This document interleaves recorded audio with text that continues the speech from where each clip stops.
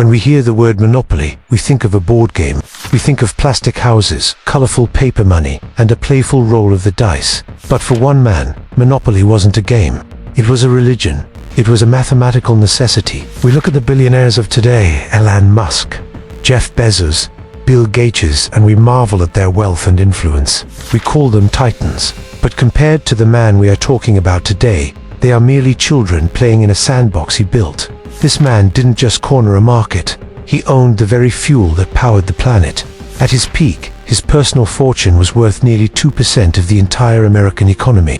Adjusted for inflation, his wealth makes modern fortunes look like pocket change. But the story of John D. Rockefeller isn't just about money. It is a mystery of human nature. How does a devoutly religious boy, raised to fear God and track every penny in a small pocket notebook, become the most hated man in America? How does a man who dutifully gave away half his fortune to charity simultaneously order the ruthless, cold-blooded destruction of thousands of small businesses? To understand the world we live in today, a world of corporate giants, suppressed competition, and financial systems that seem rigged against the little guy, we have to go back to the darkness of the 19th century. Back to a time before electric lights, when the world was lit by the dying flicker of whale oil, and a new, lacked monster was about to burst from the ground in Pennsylvania. This is the story of the world's first billionaire.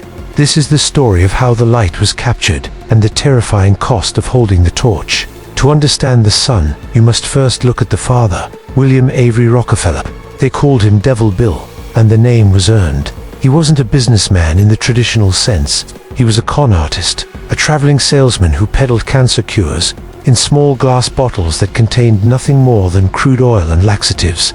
He would disappear for months at a time, living a double life with a second family, leaving his wife and children in veritable poverty, wondering when or if he would return.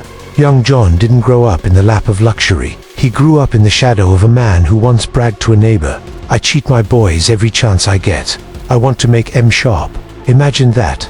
A father teaching his son that love is conditional, that trust is a weakness, and that the only way to survive is to take before you are taken from. This trauma didn't break John, it forged him. It turned him inward. While his father was wild, loud, and unpredictable, John became silent, calculating, and obsessed with control. He found his control in a small book, Ledger A. It was a simple accounting book. In it, the young boy recorded every single cent he earned and every single cent he spent. If he bought a piece of candy, he wrote it down. If he donated a single penny to the church, he wrote it down. This wasn't just accounting, it was a way to impose order on a chaotic world. He realized early on that people lie, fathers leave, and emotions betray you. But numbers don't lie. Numbers don't leave. Numbers are the only thing you can trust.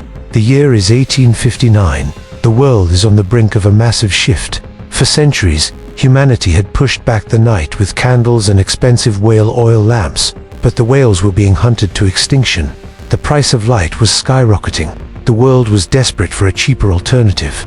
Then, in a remote valley in Titusville, Pennsylvania, Colonel Edwin Drake struck oil. Overnight, a madness descended upon the quiet valleys of Pennsylvania. It was the gold rush all over again, but dirtier, smellier, and more volatile. Men flooded into the region, drilling holes in the ground, hoping to strike it rich. It was absolute chaos. Oil spilled into the creeks, catching fire and turning rivers into flames. Towns sprang up in days and burned down in nights. The price of a barrel of oil would swing from 10 cents to $10 in a single week. To most observers, this looked like opportunity. To John D. Rockefeller, watching from Cleveland, it looked like inefficiency. It looked like waste. And if there was one thing Rockefeller hated more than sin, it was waste. He saw the drillers as fools. They were gamblers, betting on a hole in the ground, praying for a gusher. Rockefeller didn't gamble, he calculated. He realized that the money wasn't in the higher-risk game of drilling for the oil. The money was in the bottleneck. The money was in the refining. If you control the refinery, it doesn't matter who drills the oil. Whether they strike it rich or go bust, they all have to come to you to make their product usable. Crude oil is useless sludge until it is purified into kerosene. Rockefeller saw the choke point and he moved to seize it. In 1863, amidst the raging Civil War, Rockefeller bought his first refinery. He didn't just run it, he dissected it. He was obsessed with efficiency. In those days, refineries were incredibly wasteful. They would take the kerosene and dump the rest, the gasoline, the tar, the sludge into the river. Rockefeller saw this as a loss of potential profit. He found uses for everything. The gasoline fueled his machines. The tar paved his roofs. He even hired his own coopers to make barrels, cutting the cost of a barrel from $2.50 to 96 cents. While his competitors were drowning in waste, Rockefeller was squeezing profit out of the very sludge they threw away. But efficiency wasn't enough. He wanted dominance. In 1870, he incorporated the Standard Oil Company. The name was a masterstroke of branding. In a market where kerosene was often dangerous, sometimes exploding and burning down houses due to poor quality, Rockefeller promised a standard, a safe, consistent, high-quality product. But behind the clean brand name was a strategy of ruthless aggression that the world had never seen before. The oil industry was crowded. Too many refineries in Cleveland were cutting prices, destroying profits for everyone. Rockefeller decided that competition was a sin. Competition meant lower prices and instability. He believed in cooperation, which, in his dictionary, meant total control. He initiated a plan that would become known as the Cleveland Massacre. He approached his competitors one by one. He would open his books, his sacred ledger, and show them exactly how efficient he was. He would show them that he could sell oil at a loss for longer than they could stay solvent. His offer was simple and chilling. Sell your business to me in exchange for Standard Oil stock, or go bankrupt. It wasn't a negotiation. It was an ultimatum. Most sold. Those who refused faced the wrath of the god of oil. Rockefeller would drop prices in their specific neighborhood, undercutting them until they bled out. He would buy up all the barrels in the market so they couldn't ship their product. He choked them out of existence. But his deadliest weapon was the railroads. Rockefeller was shipping so much oil that he went to the railroad bosses titans, like Vanderbilt, and demanded a discount. But he didn't just ask for a lower rate for himself. He demanded a drawback. This was the secret weapon that built the empire.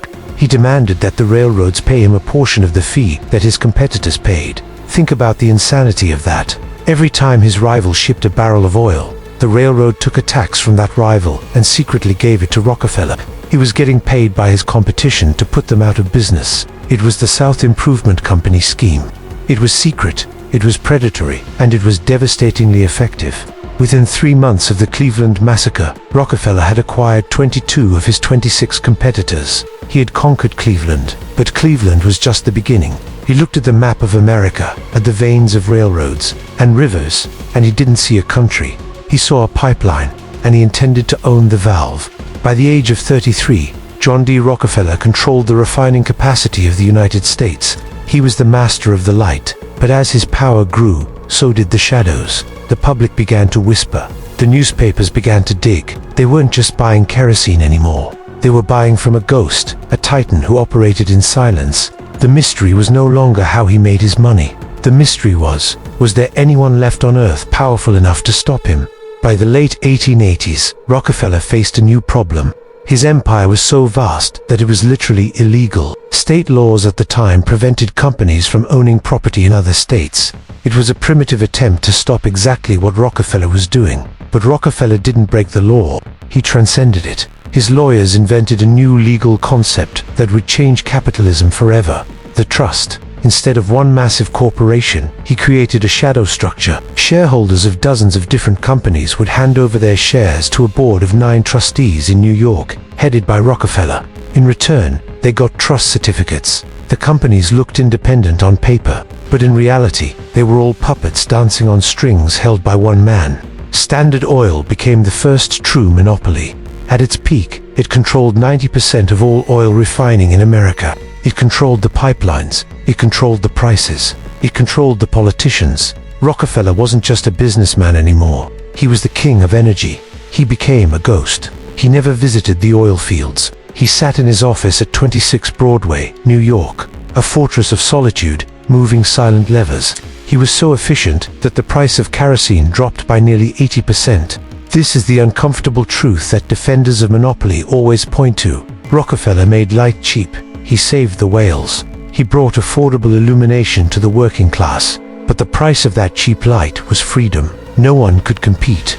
Innovation was stifled unless it happened inside the walls of Standard Oil, and the public began to feel the cold grip of a power that answered to no vote and no law. They needed a hero, and they found one in the most unlikely place: Her name was Ida Tarbell. She wasn't a politician. She wasn't a rival tycoon. She was a journalist, and she had a personal score to settle. Her father was one of the small oil men in Pennsylvania who had been crushed by Rockefeller's Cleveland Massacre. She watched her father descend into despair and bankruptcy, and she never forgot the name of the man responsible. In 1902, she began writing a serialized exposé for McClure's magazine titled The History of the Standard Oil Company. She didn't use rhetoric, she used data. She spent years digging through court documents, secret memos, and interviews. She laid bare the rebates, the spies, the predatory pricing, and the storming. She painted Rockefeller not as a genius of efficiency, but as a leech on the American democracy. It was a sensation. For the first time, the public saw the machinery behind the miracle. The image of Rockefeller shifted from a pious philanthropist to a monster. The pressure became unbearable. Enter Theodore Roosevelt, the trustbuster. Roosevelt read Tarbell's work. He saw Standard Oil not just as a company, but as a rival sovereign state. In 1906, the federal government sued Standard Oil under the Sherman Antitrust Act. It was the trial of the century. It dragged on for years. Rockefeller, now an old man, was dragged into court. He claimed he didn't remember details. He played the confused grandfather, but the evidence was overwhelming. On May 15, 1911, the Supreme Court delivered its verdict. Standard Oil was declared an illegal monopoly. It was ordered to be broken up into 34 separate, independent companies. The public cheered. The dragon was slain. The octopus was cut into pieces. But here is the twist that no one saw coming. The twist that proves the universe has a dark sense of humor. The breakup didn't destroy Rockefeller. It made him the richest man the world has ever seen. When the company was split, Rockefeller received shares in all 34 new companies. These baby standards included companies you know today: Exxon, Mobil, Chevron, Amoco, freed from the legal cloud of the monopoly. The stock prices of these individual companies exploded. Wall Street realized that the parts were worth far more than the whole. Overnight, Rockefeller's net worth didn't double, it tripled. It was only after his defeat, after the government destroyed his company, that John D.I. Rockefeller officially became the world's first billionaire. At his peak, his fortune was worth about 2% of the entire US GDP. To put that in perspective, if someone owned 2% of the US economy today, they would be worth nearly $500 billion. Not even Musk or Bezos comes close. He spent the last 40 years of his life giving the money away. He created the University of Chicago, the Rockefeller Foundation, and eradicated hookworm in the South. He became the gentle old man handing out dimes to children. Was it guilt, or was it the final, calculated purchase of a public image? That remains the final mystery. Now, look at your phone. Look at the apps you use every day. History doesn't repeat, but it rhymes. We live in the era of new monopolies, but instead of oil, they mine data. Instead of railroads, they control algorithms. Amazon controls the marketplace and competes in it exactly like Rockefeller, controlling the rails and the oil. Google controls the flow of information, like Standard Oil controlled the flow of kerosene. But there is a difference. Rockefeller's monopoly was visible. You could see the tank cars. Today's monopolies are invisible. They exist in the code. And just like the 19th century, our laws are lagging decades behind the reality of the power structure. We are seeing the same inequality gaps, the same crushing of small competitors, the same arguments about efficiency and consumer convenience used to justify total control. So, what do we learn from the life of the Titan? First, the clean monopoly is a myth. Rockefeller proved that you can't have total efficiency without total control, and you can't have total control without crushing dissent. The price of a cheap product is often the hidden cost of a rigged system. Second, the Hydra paradox. Breaking up a monopoly is messy. As we saw with Standard Oil, dismantling the giant often just creates a litter of smaller, faster, and more profitable giants. The power doesn't disappear, it just changes shape. And third, money is neutral. Men are not. Rockefeller was both a ruthless predator and the greatest philanthropist in history. He destroyed families with one hand and saved millions of lives with the other. He teaches us that capitalism is a brutal engine. It produces incredible wealth, but it has no moral compass. That has to come from us. We are currently living through a consolidation of power that would make Rockefeller blush. The trusts are back, but they are digital. The question is, where is our Ida Tarbell? Where is our Teddy Roosevelt? Or have we become so comfortable with the cheap light of free shipping and instant search results that we have stopped caring about who owns the switch? John D. Rockefeller said, "I do not think that there is any other quality so essential to success of any kind as the quality of perseverance." He persevered until he owned the world. If you want to understand the giants who built our reality and the ones who are trying to own our future, make sure you are subscribed. We are dissecting the history of power, one billionaire at a time. Until next time, remember, competition is a sin, but only for the person holding the monopoly. For the rest of us, it's the only hope we have. Knowledge is the only currency that never loses its value. Invest in your mind today. Subscribe to Deep Financial Story, and I'll see you in the next chapter of history.